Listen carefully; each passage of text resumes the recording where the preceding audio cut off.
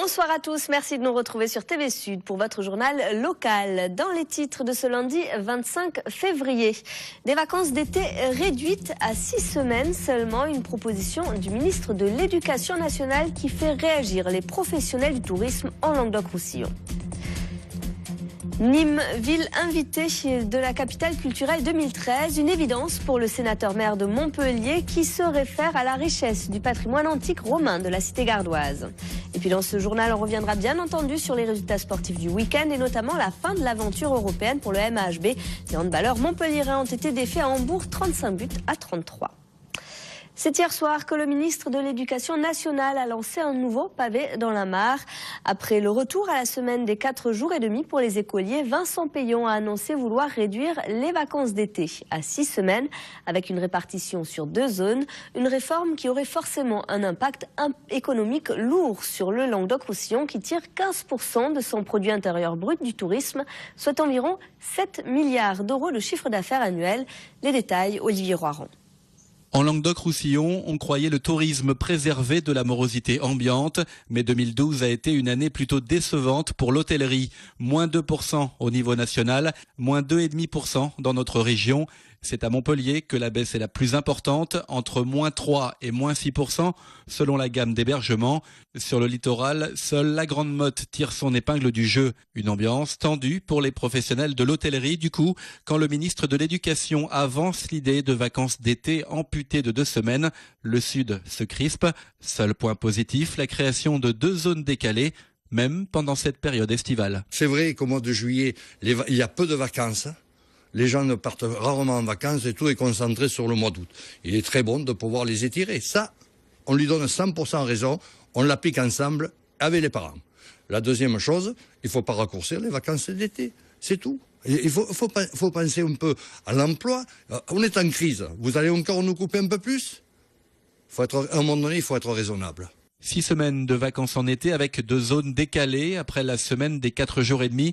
Ce serait une nouvelle étape de la réforme des rythmes scolaires. Mais le ministre de l'Éducation rassure, il s'occupera plus tard du congé estival.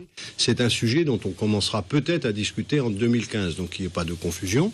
Mais si on veut dresser l'école idéale et donc résoudre cette question, il faut résoudre la question, on essaie de le faire là, du nombre de demi-journées par semaine. Et un jour, il faudra s'attaquer à cette réforme de l'été. Mais un jour, peut-être ou peut-être pas. En Languedoc-Roussillon, les professionnels du tourisme espèrent en tout cas pouvoir donner leur avis en haut lieu sur les incidences économiques de la refonte des rythmes scolaires. Après Hélène Mandroux et Philippe Sorel, c'est au tour du socialiste Jean-Pierre Moore de se lancer officiellement dans la bataille pour Montpellier. Ce n'est plus un secret, le maire de Cournansec et président de l'agglomération de Montpellier annoncera officiellement sa candidature à l'élection municipale mercredi au Café Riche. Jean-Pierre Moore qui sera l'invité des aléas du direct mercredi à 18h30, après donc le lancement officiel de sa candidature. La ville de Nîmes participe au rayonnement de Marseille-Provence 2013. La cité gardoise est l'une des 2 villes invitées de la capitale européenne de la culture avec Ajaccio, notamment grâce à son patrimoine culturel riche de son héritage romain. 4 grandes manifestations seront donc organisées à Nîmes dans le cadre de ces festivités cette année, dont une exposition sur le musée de la Romanité dès la mi-mars. Alain Belon et Pierre-Paul Castelli. 130 communes dans les Bouches-du-Rhône participent à Marseille-Provence 2013. Mais aussi, il y a 2 invités, Ajaccio et Nîmes. Pour cette dernière, son histoire et ses monuments ont permis de labelliser 4 événements et donc d'être dans la liste des 400 programmes proposés. Je souhaitais, bien entendu, que Nîmes soit associé à ce que nous faisons. Et par conséquent, nous avons décidé, le conseil d'administration de Marseille-Provence, capitale de la culture, pas uniquement le maire, a décidé que 2 villes seraient associées, Ajaccio d'une part, mais Nîmes aussi, compte tenu de tous les éléments culturels importants que la ville développe. 3 expositions seront proposées, l'une au Carré d'Art, avec la particularité du commissaire, qui ne sera pas moins que Norman Foster. Pour les 2 autres, l'une sera à la Chapelle des Jésuites et l'autre à la Galerie du Musée archéologique. Mais l'un des moments forts de cette participation à Marseille-Provence 2013 sera la Féerie des eaux. Une édition un tout petit peu plus ambitieuse, mais du phénomène déjà très grand public dès la Féerie des Eaux qui a lieu autour du 15 août et qui cette année sera largement ouvert à la danse. On a souhaité faire un plus avec l'école de Béjart qui est située à Lausanne, donc une quarantaine de danseurs sur scène pratiquement. On a souhaité effectivement le faire aussi dans les arènes.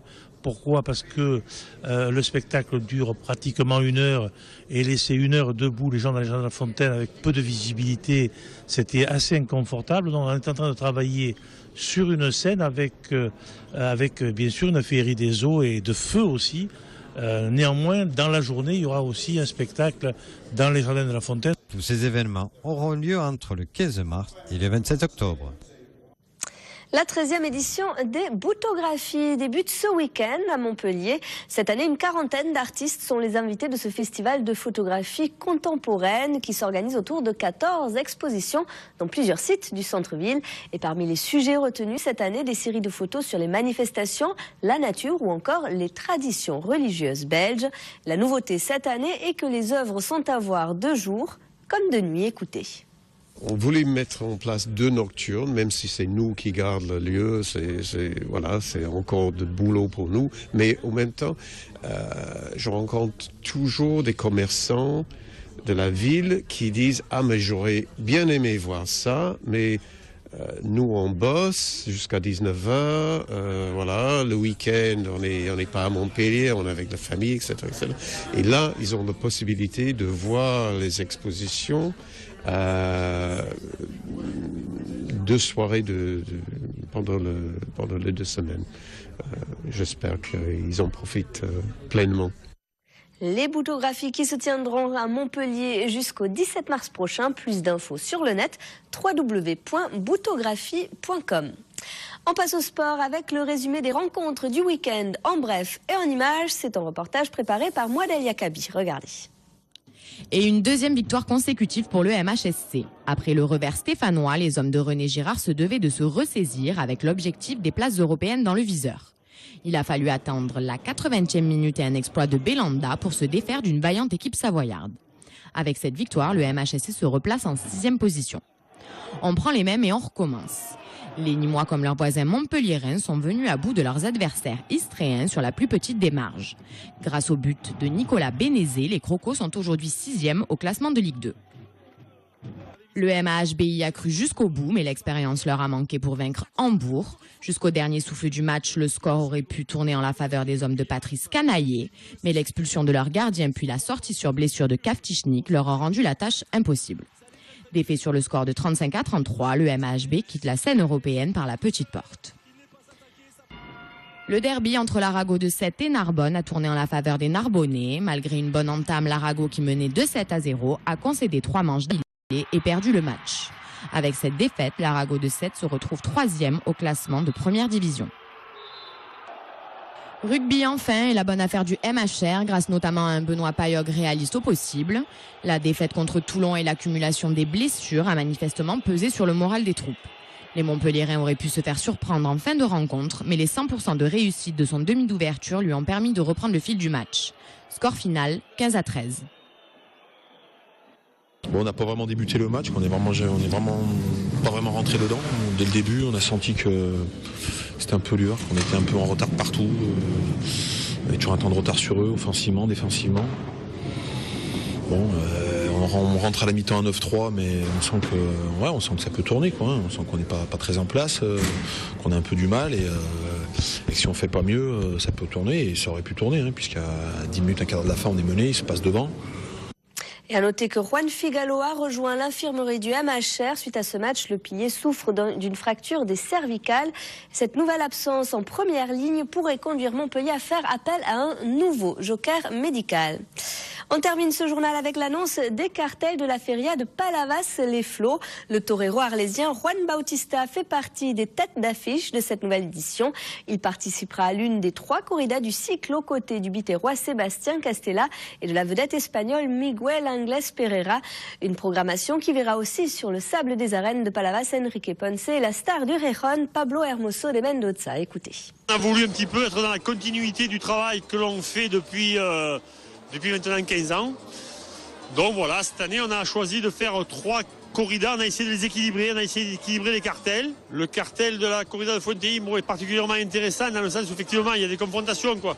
On va voir Jean-Baptiste et Sébastien s'affronter en mano à mano, à s'affronter entre guillemets, puisqu'il n'y a pas d'affrontation, mais ils seront en compétition à la Feria d'Arles.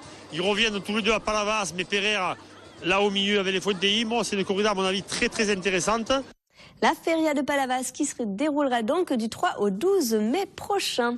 C'est la fin de cette édition. Merci de l'avoir suivi. Retour de l'actu dès demain sur TV Sud pour vos éditions de 12h30 et de 19h30. Passez une excellente soirée sur TV Sud.